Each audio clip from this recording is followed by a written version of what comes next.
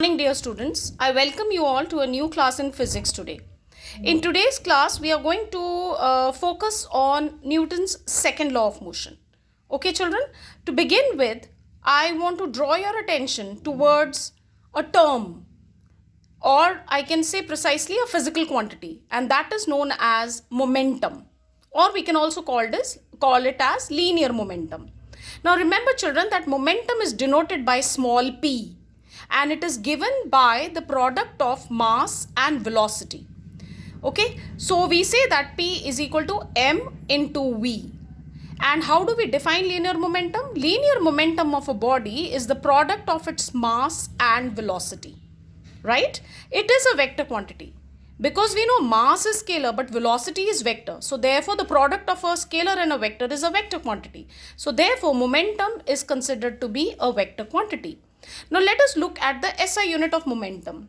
If I substitute the units for mass, it is kg, for velocity is meter per second, and therefore the SI unit of linear momentum is kg meter per second.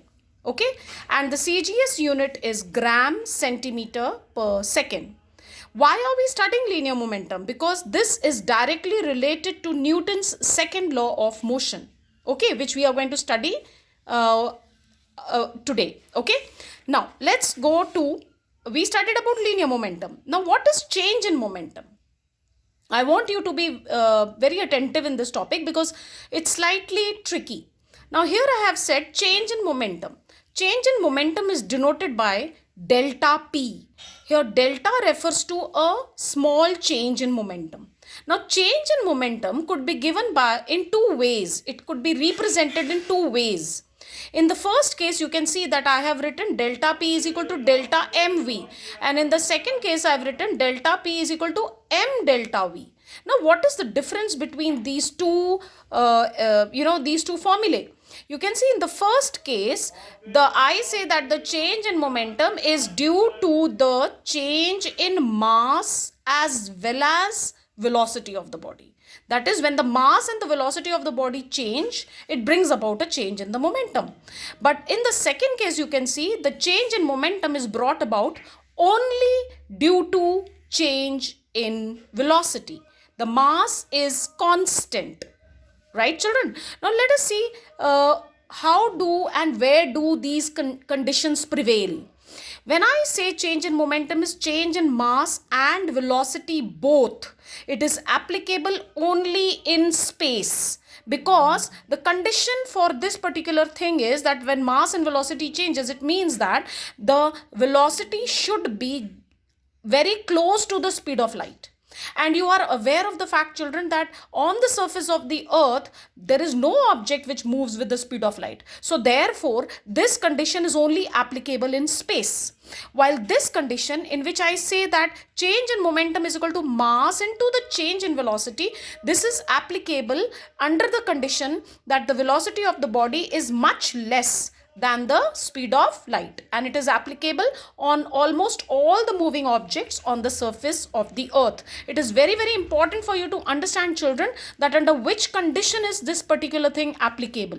When I say change in momentum is change in mass and velocity, it is applicable when the speed of the body or the velocity of the body is equivalent to the speed of light, and this is applicable, that is, the change in momentum is equal to change in only velocity, where the mass remains constant, is applicable under the condition when the velocity of the body is much less than the speed of light. Now, I want to focus on one more thing, children. That is at the example of launching of a rocket. Now, what happens? Launching of a rocket is a special example under this particular category of change in mass and velocity.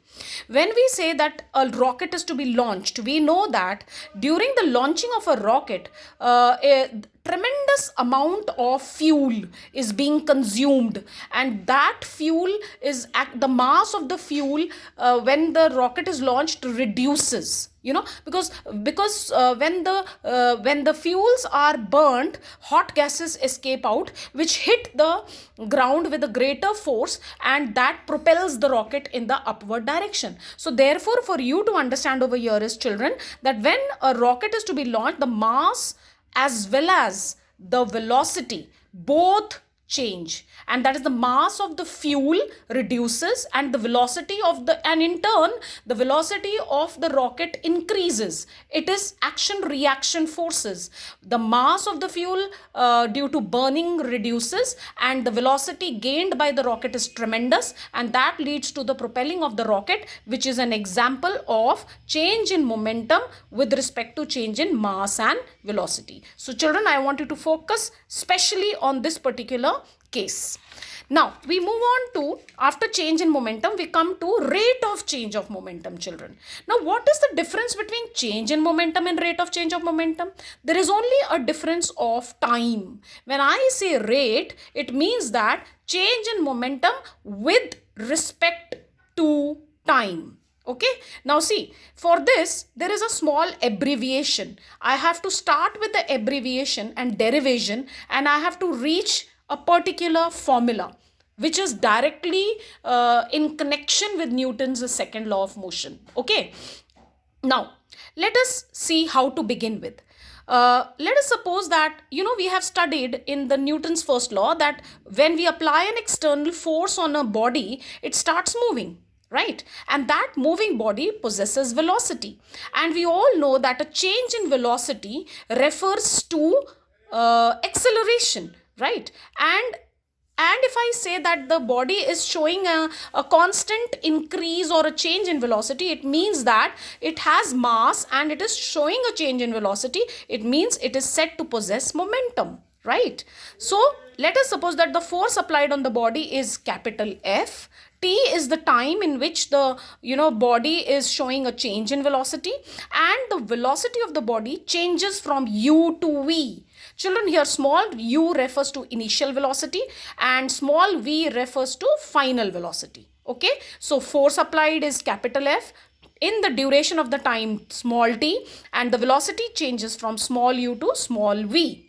Now, in this case, what would be the initial momentum of the body? Children, the initial momentum will be given by mu, because it is mass into velocity. That is initial velocity, initial momentum, right?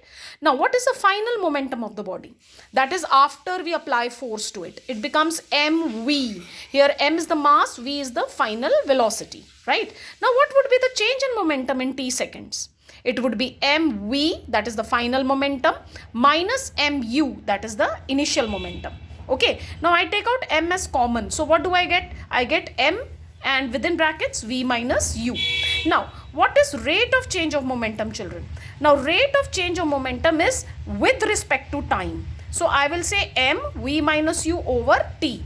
Now, what is v minus u over t, children? We know, we have studied, it is change in velocity upon time, and change in velocity upon time is nothing but acceleration. So, in place of v minus u over t, I substitute a. So, what do I get, children? I get rate of change of momentum is equal to ma.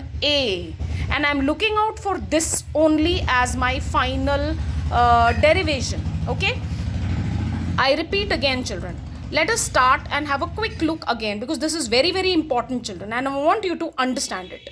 First of all, what did I say? I said that F force is applied on a body in time t, and the velocity of the body changes from u to v, where u represents the initial velocity and v represents the final velocity. Now, what is initial momentum of the body? It is mu. What is the final momentum of the body? It is mv, and the change in momentum in t seconds would be mv minus mu. That is m common v minus u. Rate of change of momentum is with respect to time, so it will be mv minus u over t. But we know that v minus u over t is represented by a. So in place of v minus u over t, I will substitute a. So I get rate of change of momentum is equal to ma. So please remember this. This derivation could be asked for not less than 3 marks, and you have to go systematically stepwise deriving it as rate of change of momentum is equal to ma. Okay. Now, here I am coming now, all this whatever I have taught you till now, children, I taught you about, I just spoke about very quickly. I spoke about linear momentum, which is a product of mass and velocity.